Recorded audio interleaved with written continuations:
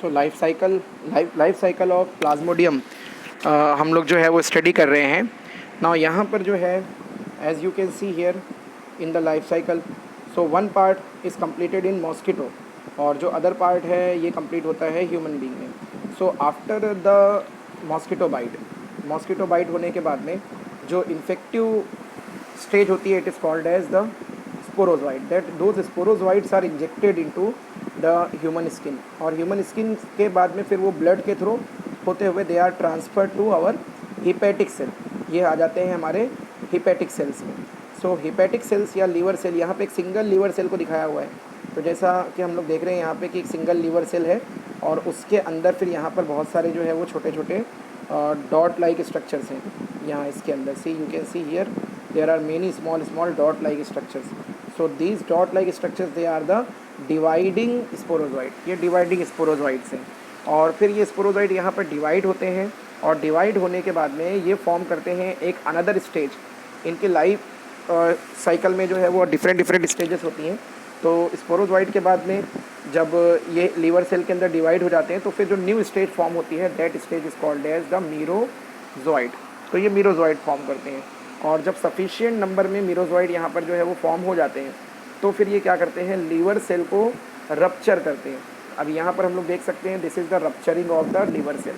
तो liver cell जो है वो टूट गया है, रप्चर हो गया है और बहुत सारे मीरोजोइड उसके अंदर से बाहर आ गए हैं। तो अब ये जो मीरोजोइड जब बाहर आते हैं, दीज मीरोजोइड दे फर्दर मैच्योर। अब ये मैच्योर हो जाते हैं और मैच्योर होने के बाद में ये एक न्यू स्टेज फॉर्म करते हैं, that stage is called as the schizont stage. फिर यही शाइजोन्ट जो होते हैं, ये शाइजोन्ट फिर हमारे ब्लड सेल यानी आरबीसीज को इन्फेक्ट करते हैं, इरिथ्रोसाइट को। तो यहाँ से जो साइकिल स्टार्ट होती है उसको हम लोग बोलते हैं इरिथ्रोसाइटिक फेज़, और इसके पहले की जो फेज़ थी लीवर वाली उसको बोलते हैं हिपैटोसाइटिक फेज़। हिपैटोसाइटिक फेज़ भी बोलते हैं या उसको प्री इरिथ्रोसाइटिक भी बोलते हैं। प्री का मतलब पहले होता है, मतलब इरिथ्रोसाइट से पहले की स्टेज, और लीवर सेल को है तो इसके लिए हिपैटोसाइटिक। और ये वाली जो है इसको हम लोग बोलते हैं इरिथ्रोसाइटिक फेज़ या पोस्ट हिपैटोसाइटिक, मतलब लीवर सेल के बाद की फेज़। तो जब ये शाइजोन जो है वो हमारे आरबीसीज के अंदर इंटर होते हैं तो यहाँ पर ये आरबीसीज के अंदर जो अपना हीमोग्लोबिन होता है वो हीमोग्लोबिन के ऊपर ये फीडिंग करते हैं। तो उसकी फीडिंग करने के बाद में ये कन्वर्ट होते हैं एक और स्टेज में जिसको बोला जाता है ट्रोफोजोइड। ये शाइजोन्स जो होते हैं अपने हीमोग्लोबिन के ऊपर फीड करते हैं और एक टॉक्सिक मटेरियल रिलीज़ भी करते हैं, that toxic material it is called as the hemozoin. तो जो टॉक्सिक मटेरियल जो है ये लोग रिलीज़ करते हैं उसको हम लोग बोलते हैं hemozoin. So this hemozoin it is actually the pyretic material, pyretic chemical, pyretic का मतलब फीवर लाने वाला। तो इसकी वजह से जो है जब आरबीसीज अपने ब्रेक होते हैं तो ये हीमोजोइन बाहर आता है और उसकी वजह से फिर हमको फीवर आता है। तो ट्रोफोजोइड यहाँ पर हम लोग देख सकते हैं, ट्रोफोजोइड और फर्दर मैच्योर हो रहा है।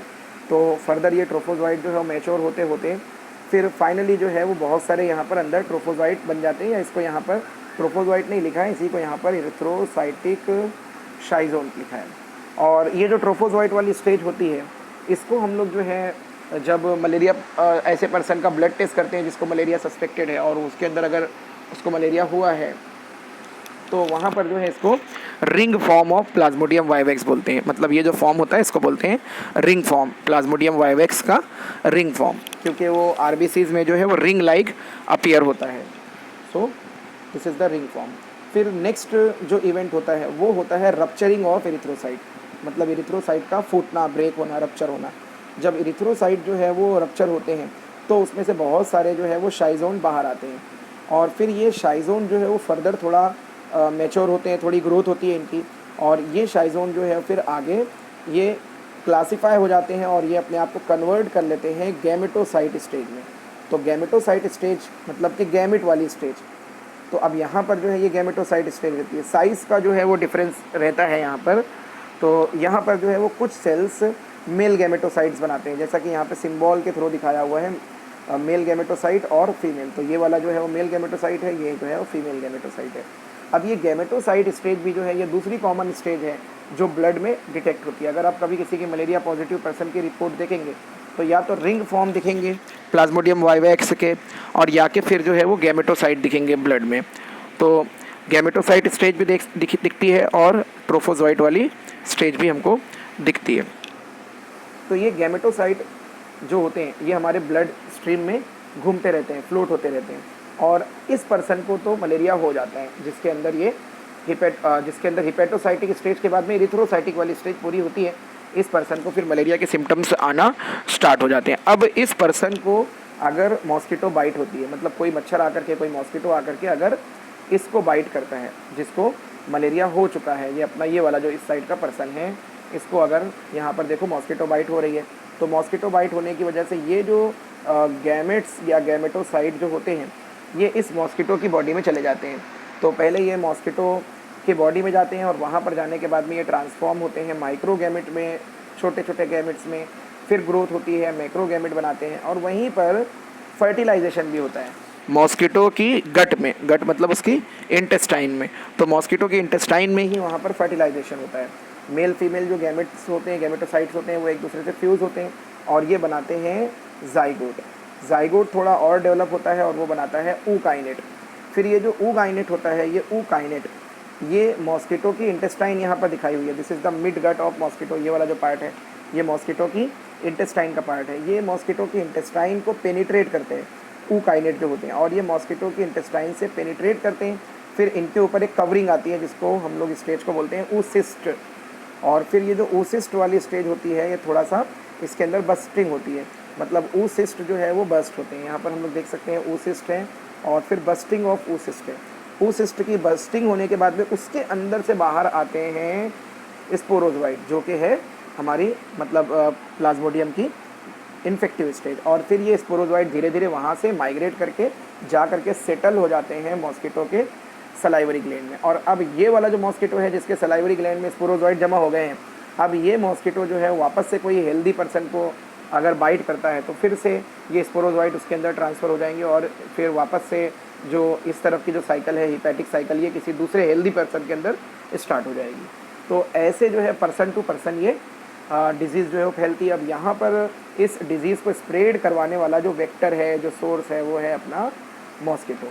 और जो मॉस्किटो इसको स्प्रेड करता है वो मॉस्किटो की स्पेसीज़ होती है Anopheles mosquito. So it is transferred, और ट्रांसमिशन जो इसका है वो होता है फीमेल एनोफिलस मॉस्किटो।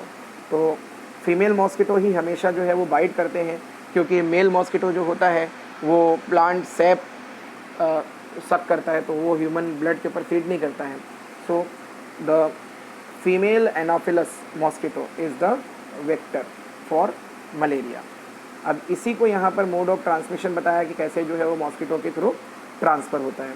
अब ये जो इरिथ्रोसाइट के अंदर जो सेल्स फॉर्म होते हैं उनको हम लोग जो है वो गैमेटोसाइट बोलते हैं, और इस स्टेज को गैमोगोनी भी बोलते हैं। गैमोगोनी मतलब गैमेट बनने वाली स्टेज। और फिर उसके बाद में यहाँ पर ये इरिथ्रोसाइट के अंदर गैमेट्स बनाती है जिसको हम लोग गैमोगोनी बोलते हैं। फिर फर्टिलाइजेशन होता है। फर्टिलाइजेशन के बाद में जो है स्पोर्स बनते हैं। स्पोर्स जो होते हैं वो मॉस्किटो के अंदर बनते हैं, तो उसको बोला जाता है स्पोरोगोनी। तो ह्यूमन बीइंग के अंदर जो स्टेज होती है वो गैमोगोनी होती है, मतलब गैमेट फॉर्म होने वाली स्टेज होती है। और मॉस्किटो के अंदर इसकी लाइफ साइकिल की जो स्टेज होती है वो होती है स्पोरोगोनी, मतलब स्पोरोजोइट फॉर्म होने वाली स्टेज। तो ऐसे यहाँ पर ये दो अलग अलग होस्ट के अंदर इसकी लाइफ साइकिल कंप्लीट होती है। तो यहाँ पर मॉस्किटो जो है वो ह्यूमन बीइंग के लिए एज अ पैरासाइट है।